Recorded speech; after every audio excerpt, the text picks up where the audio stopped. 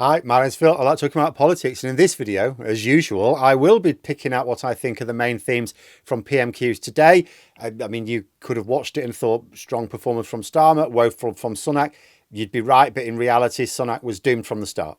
Nothing he could do, nothing anyone could have done in this situation. The best he could do was avoid making it worse by, I don't know, evoking the Jeremy Corbyn defence as well. It just looks desperate. Unfortunately, he couldn't even get that right.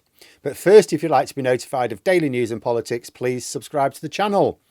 So earlier on, I said I may not be able to do my usual PMQs review because there's so much else happening. It'd have to be quite remarkable to do that. But it is worth discussing today's antics because it was effectively Rishi Sunak setting the agenda for the general election. Like, under normal circumstances, saying that would sound like praise for Sunak. The Prime Minister, of course, wants to set the narrative for the election. However, this is a wholly unintended narrative. I do not think that Tory strategists at the start of the year were working on a plan to defend racism in the most hypocritical way imaginable, and then, as an encore, defending unfunded tax cuts on a scale that was slightly higher than those Liz Truss was proposing. And yet here we are. This is essentially what today's PMQs did. But I must just begin by saying I thought it was very poor show from the Speaker not to grant a question to Diane Abbott, the MP who was the subject of not only the main reported racist comment, but of many of the questions being asked in PMQs today. Now, I would like to know the justification for the Speaker to allow what ended up being largely a debate about an MP's safety without that MP being allowed to contribute herself. And it's not like Abbott was just sat there or not in the chamber. She was stood up, wanting to ask a question throughout. I think that's another poor error of judgment from the Speaker, in my view. And before going over the main questions from Starmer and Flynn, it's worth pointing out my image for the session. Lee Anderson choosing to sit down next to George Galloway at the back. They seem to enjoy a nice little conversation with one another. But essentially, this session could be split into three sections. The Tories' hypocrisy of racism and extremism, the Tories' unforced error on unfunded tax cuts, and Sunak's complete lack of any political education. So let's start with the racism extremism. This was the main one. Now, whenever Sunak was asked a question specifically about extremism, something he's been happy to talk about recently, all of a sudden, no, I can't answer that. You need to wait for Gove's announcement.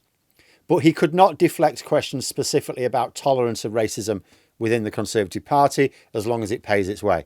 Like in online gaming, you get this phrase, pay to win. It sort of explains how someone can just sort of pay with money for something that someone else in the game would have to work quite hard for, requiring, time or skill. This is like pay to be racist. The Tories will absolutely hammer you for racism on this scale, unless you're giving them money. This is despite it being very obviously painting the party in a very bad light. Starmer asked how low would he have to sink, what racist, woman-hating threat of violence would he have to make before the Prime Minister would hand back the 10 million quid. As Sunak was unable to answer this question, we can only assume that there is nothing that a donor providing millions in pounds could say that would make the Conservative Party refuse to accept it. Sunak insisted that it was fine because Hester apologised.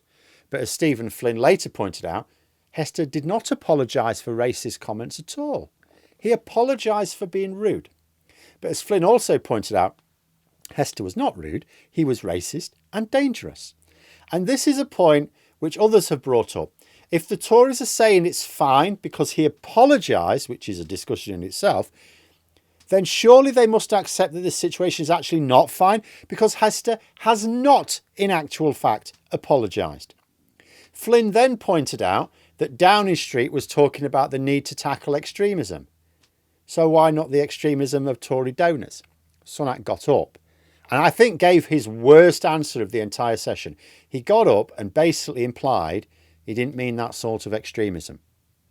Extremism that pays the bills is fine seems to be the Tory position, as long as it apologises. Remember, Sunak made a big deal of saying that Anderson didn't lose the whip for what he said about Sadiq Khan. He didn't lose the whip for Islamophobic comments. That was fine. He lost the whip because he didn't apologise when the public reaction was really bad. So this position with the Tory donor is at least consistent with how they treat their own. And it was an answer so breathtakingly stupid. He specified types of extremism that need to be tackled. So he basically gave an answer that said, yeah, we don't need to tackle all forms of extremism. It was an answer so breathtakingly stupid that only someone with no political training could possibly have made it. Like Rishi Sunak, for example. Sunak did not say that Hester's comments were not examples of extremism. As such, his response was to say that only some forms of extremism need to be dealt with. An absolute skip-fire of a response. It now invites people to ask Sunak what forms of extremism are acceptable. He cannot say none, because in front of the House, he said we should distinguish. But then there was the economic trap, which Rishi Sunak basically set for himself. After the budget last week, Labour have been pushing the Conservatives have been pushing their proposal to end employee-based national insurance. Apart from various other implications, this would take the form of £46 billion worth of tax cuts a year.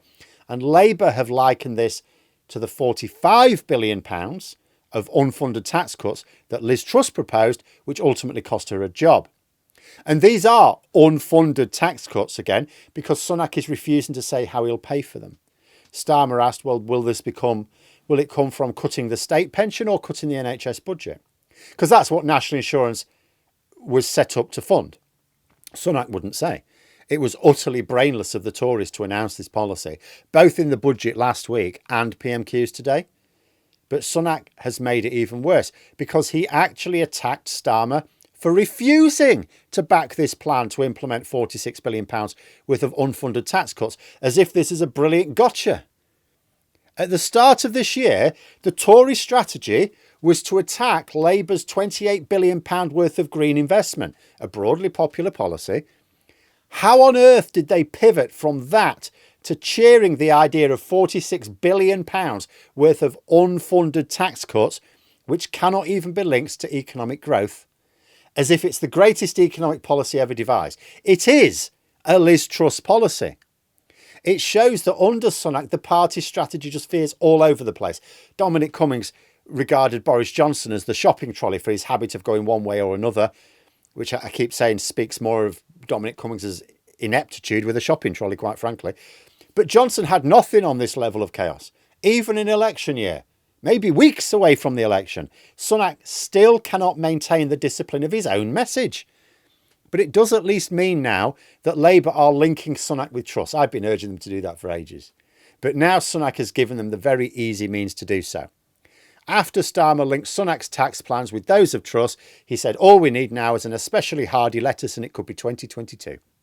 Indeed, Starmer did have another little good line later on. He referenced Lee Anderson on the opposition benches, saying that he was warming the benches up for the rest of the Tories on this side of the House. In reality, the way things are going, Anderson needn't bother warming them up too much at all. There won't be many of them left. But these twin positions that the Tories have got themselves into were, in reality, impossible to defend. Even a good politician could not have breezed their way through that PMQs. Although you would think a good politician would not have positioned their party into such a hole in the first place. But Sunak just keeps making things worse. He invokes the Jeremy Corbyn defence again. Didn't work in 2020 when Johnson first tried it. Certainly not working now, 4 years and 3 Tory prime ministers later. It's desperate. It comes across as pathetic. It allows Starmer to fire back that he's changed the Labour Party. One of the most important things a political party that's just got spanked in an election needs to do is show the electorate that they've changed. Because something has to change. If you get an absolute drubbing in an election, one of two things has to change. Either the voters have to change their mind or the party has to change. Something has to change. Now, you can't actually call the voters out for making the wrong choice. You can't say, look, you were idiots. You made the wrong choice. You completely spanked us in the election. That was silly. Now, at the next election, right, we're going to carry on doing exactly the same things. You're going to make a better decision. We got a deal? That doesn't work, right? So you have to hold your hands up, say, we messed up, and we're going to change our ways. The Jeremy Corbyn defence allows Labour to keep pointing this out. It's an insanely bad response from the Tories to keep to keep going on about it. It's also, it allows Starmer to say that while Labour are changing, the Tories are not, or if they are, they're changing in completely the wrong direction. A truly abject performance from Sunak.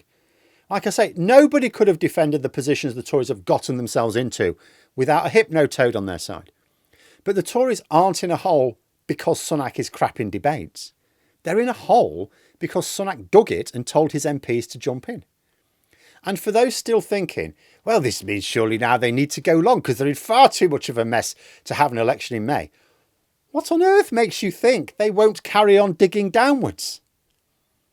But there we are. Those are my thoughts. Let me know yours in the comments below. Hope you found the video interesting. If you did, please click the like button. And if you'd like to support the channel further, the join button for memberships. And until next time, I'll see you later.